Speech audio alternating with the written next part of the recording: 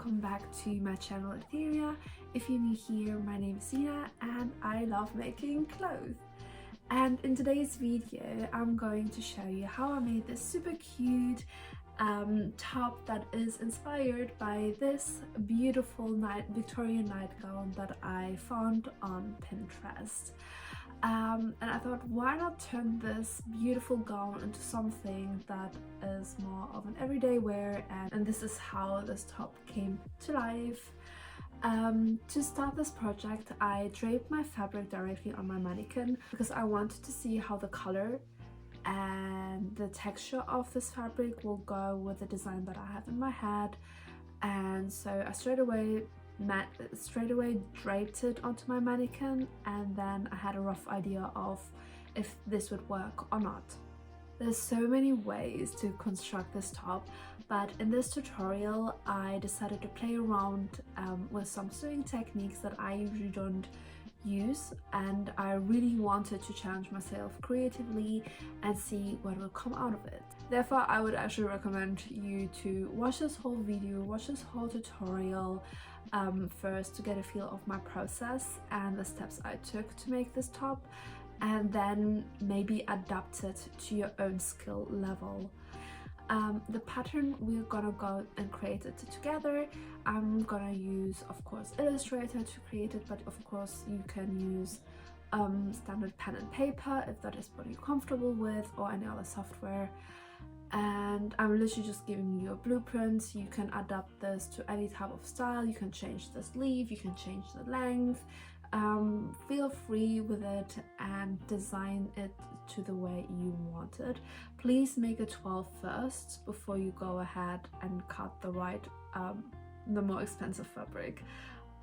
This is one of the learning curves that I had to learn for myself. Do not skip this step, because it makes no sense to make something and at the end of the day you're not going to wear it. So put the effort in making a toile first and then go ahead and use the real fabric. So yeah, without further ado and me continue to chit chat, let's go into the video.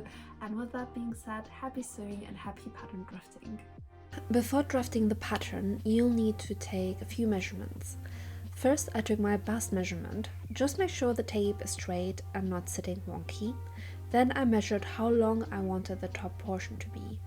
After that, I measured from my chest to my underbust because I wanted to create a gentle S-shaped curve under the bust. I also measured from armpit to armpit, or even better, from bra strap to bra strap, to get a more accurate width. To draft the sleeves, we need to figure out the sleeve cap. I wrapped a piece of fabric around my upper arm, lifted my arm to about a 45-degree angle, and used a measuring tape to measure from the shoulder, where I want the sleeves to start, to the edge of the piece of fabric that I'm holding. Now that we have the sleeve cup measurement, we also need to figure out the armhole depth. To do that, take a piece of paper and sandwich it under your arm, then use a pen to mark the sides of your arm. Once that's done, mark where you want your armhole to stop, and then take your tape and measure the marked point to where the sleeve will attach to the bodice. Note that number down. To get the middle of the side seam, measure the width of the points and divide it by 2. This will be your armhole width.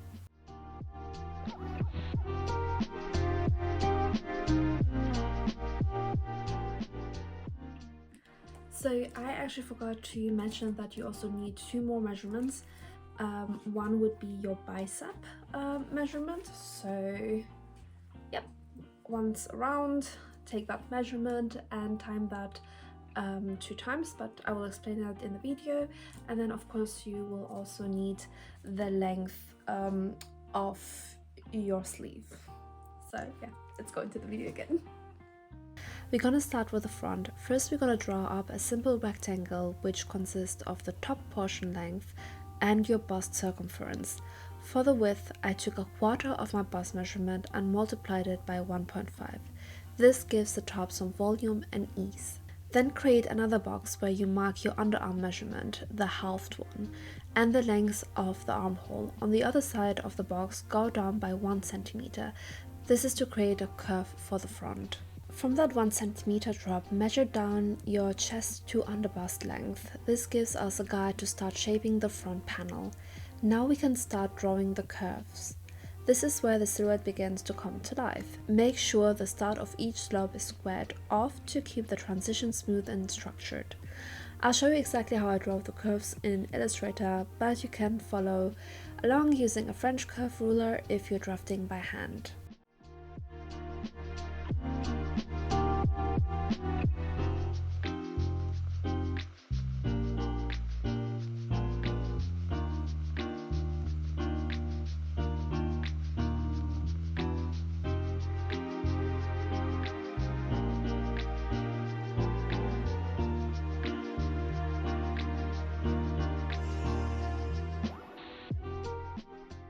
Lastly, we'll shape the front armhole. Using the box as a guide, draw up a deep curve, since the front armhole is usually more scooped than the back. We will check and refine the curves when we draft the back piece later on.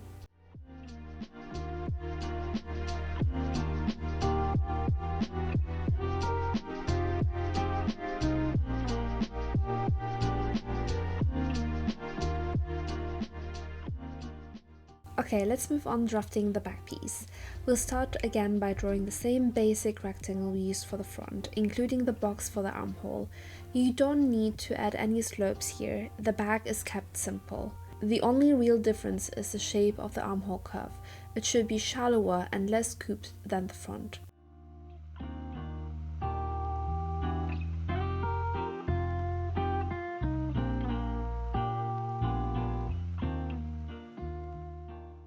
Before moving forward, it's important to double check that the front and back piece align properly. Make sure the side seams are the same length and that the points where the armhole meet are squared off. As you can see here, the front armhole has a deeper curve while the back is more subtle. This is exactly what we want. Okay, let's draft the sleeves. First, draw a horizontal line, which is your bicep circumference times 2, and in the middle of that line, draw a vertical line going up, and that will be your cap measurement. From the top of your cap measurement, draw up a line down for your total length of the sleeve. At the bottom, draw up the same line of your bicep and square the edges off. Now take your back pattern and align the sides together, like so, and draw up a horizontal line and half of your armhole measurement. Then trace that curved line. Make sure that you write back on the sleeves so you know what curve you just drew. Repeat the same on the front. Now that we have the front and the back curve, all we have to do is connect these curves to the cap point. This is how I did it in Illustrator.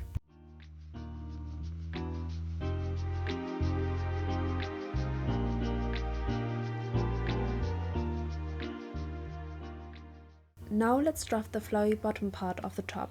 Start by measuring along the S-shaped curve on your front bodice and then do the same on the back bodice. Next, decide how long you want this bottom part to be.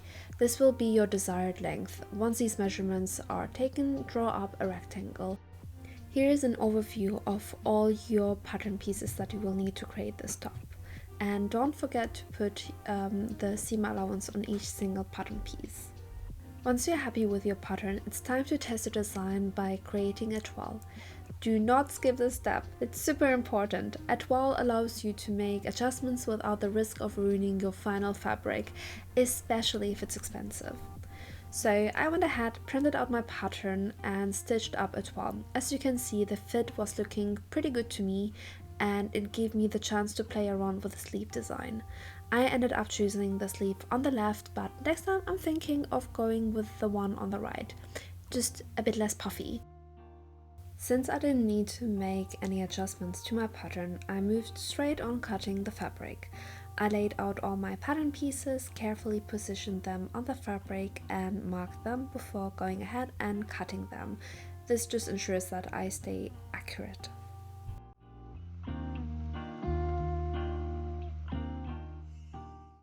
Now here's the part where you can definitely make your life a little bit easier than mine. But as I mentioned before, I wanted to experiment a little. Instead of taking the quicker route, I decided to create a casing for the elastic using bias tape. Of course, if you prefer a simpler method, you can just add extra seam allowance on top of your pattern and fold it over to create a channel. That being said, you still will need to create a casing for the under the bust elastic. There are already plenty of great tutorials on YouTube that explains how to make your own bias tape, so I won't really go into much of details here. Instead, I'll just show you how I did it.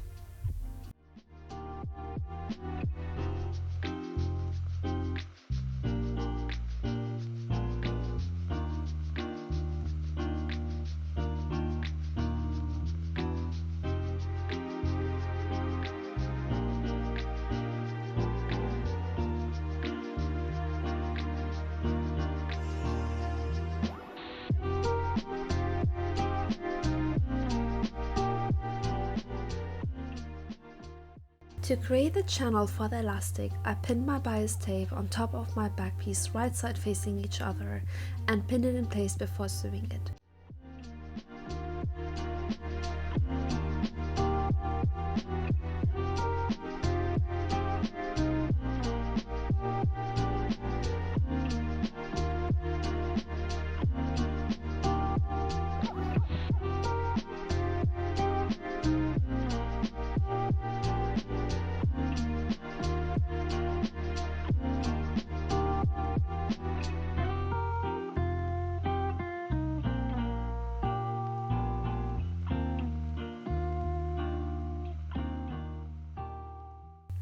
Once stitched, I cut some of the excess fabric on the pattern piece before folding the bias tape inwards and ironed it. This is just because I didn't want this area to be too bulky with all the fabric.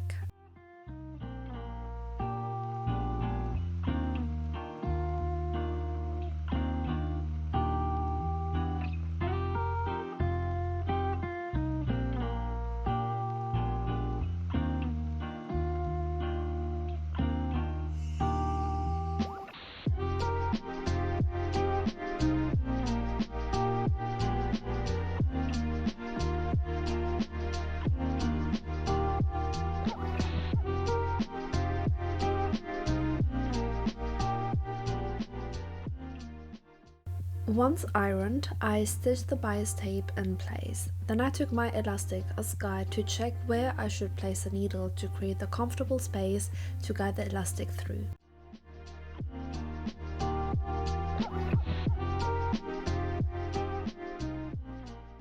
Okay, now it's time to attach the bottom to the top part by pinning the fabrics right side facing each other. I also added the bias tape to the bottom panel to create another channel for the elastic to go through.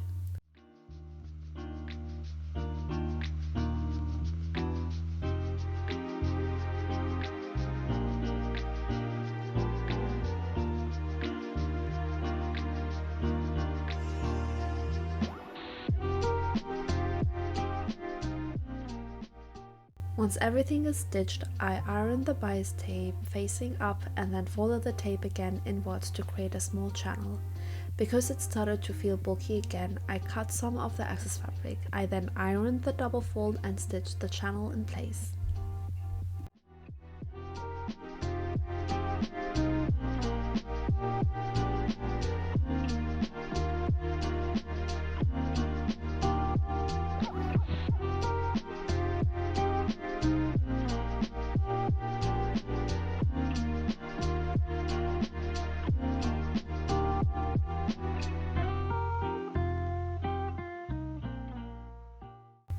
Once I had the channel stitched, I measured the elastic to my body and cut it.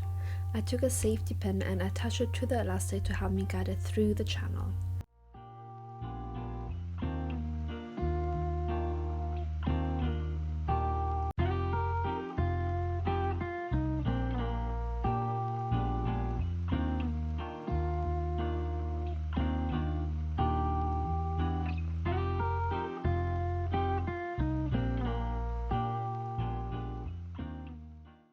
Repeat the previous step again, doing the same for the bottom part.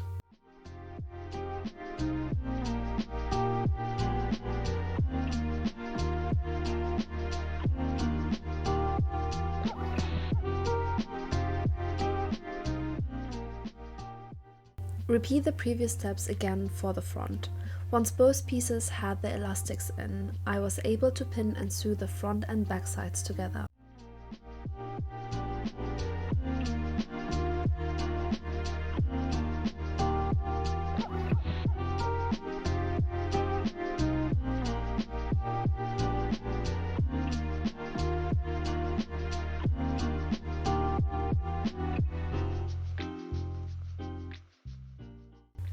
Since my overlock machine is not working right now, I finished the seams using the flat seam method, meaning one side of the seam will be cut shorter and the other seam will be rolled on top of it and stitched. I use this method for all the seams in this project.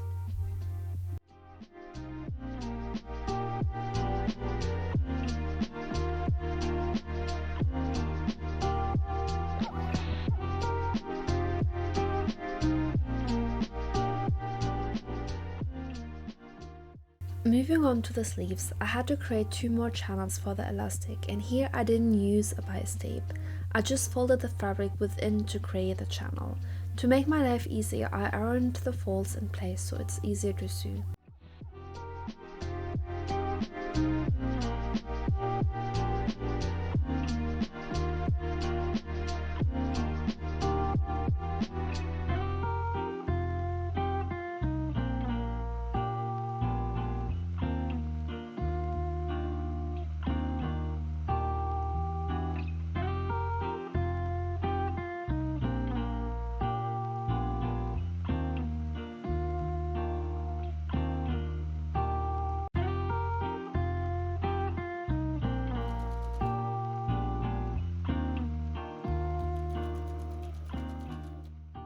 Once I had my channels in place, I threaded the elastic again with a safety pin.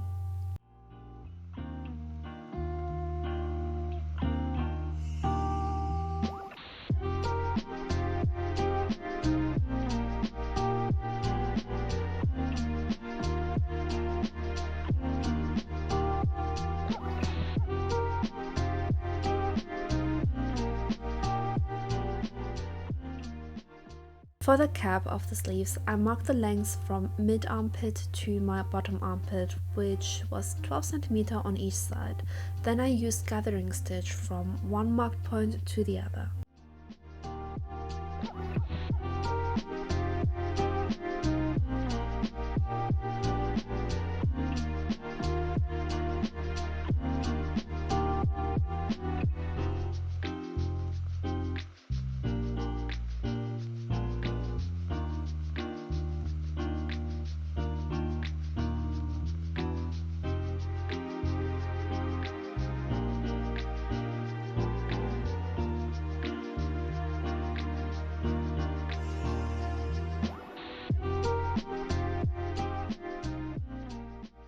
Time to pin and sew the sleeves together.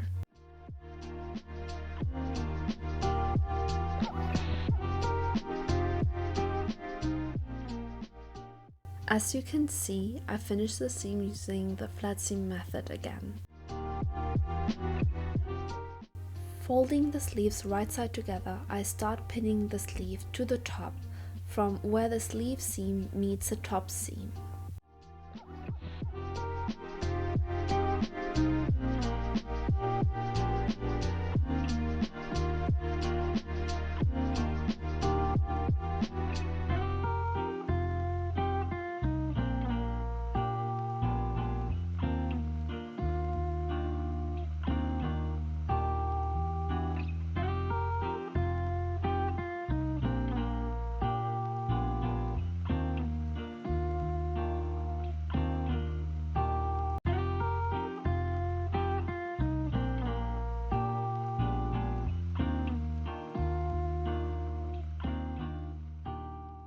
Once the sleeves were in place, I tried the top on.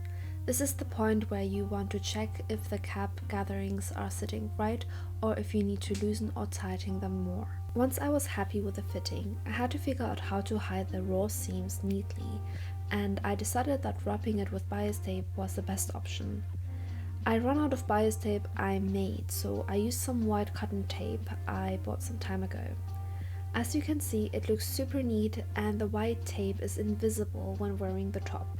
I start pinning the bias tape from the middle of the armhole, leaving about 2 cm extra, going around the armhole and the sleeve cap.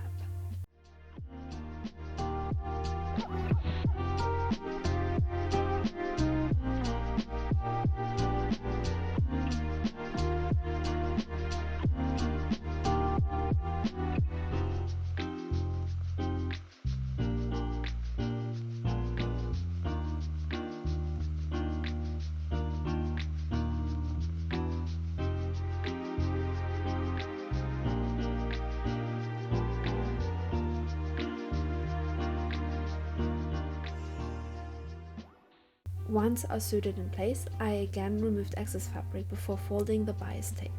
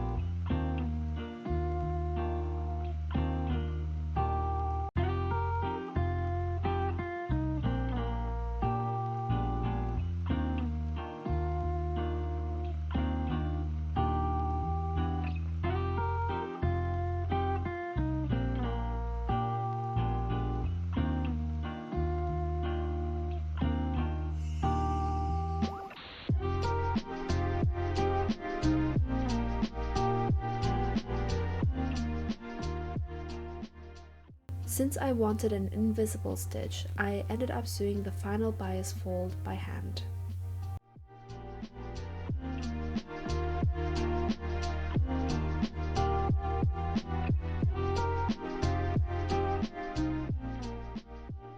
Okay, almost there people. I put my almost done top on my mannequin and used my iron to kind of depuff the elastic gathers.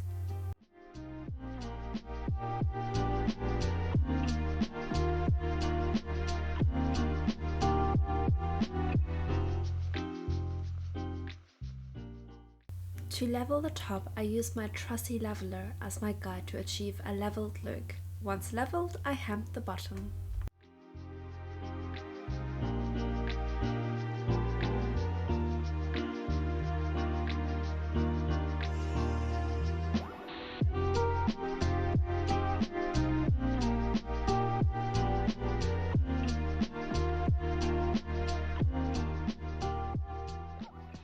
And there we have it, a cute top perfect for spring and summer.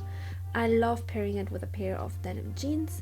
It is perfect for casual day out, and have I mentioned how comfy this top is? Like, if you get bloated, you can just unbutton your jeans and no one will ever know. I hope you enjoyed watching me make this top. And if you're interested in more sewing projects and tutorials and inspiration, be sure to hit that subscribe button and turn on notifications so you don't miss any future videos. I'm really excited to share more of my journey towards a cottagecore inspired wardrobe with you. If you like this video, feel free to give it a thumbs up and drop any questions or comments in the comment sections. And yeah, I'd love to hear from you. Thank you so much for watching, and I'll see you next time. Bye!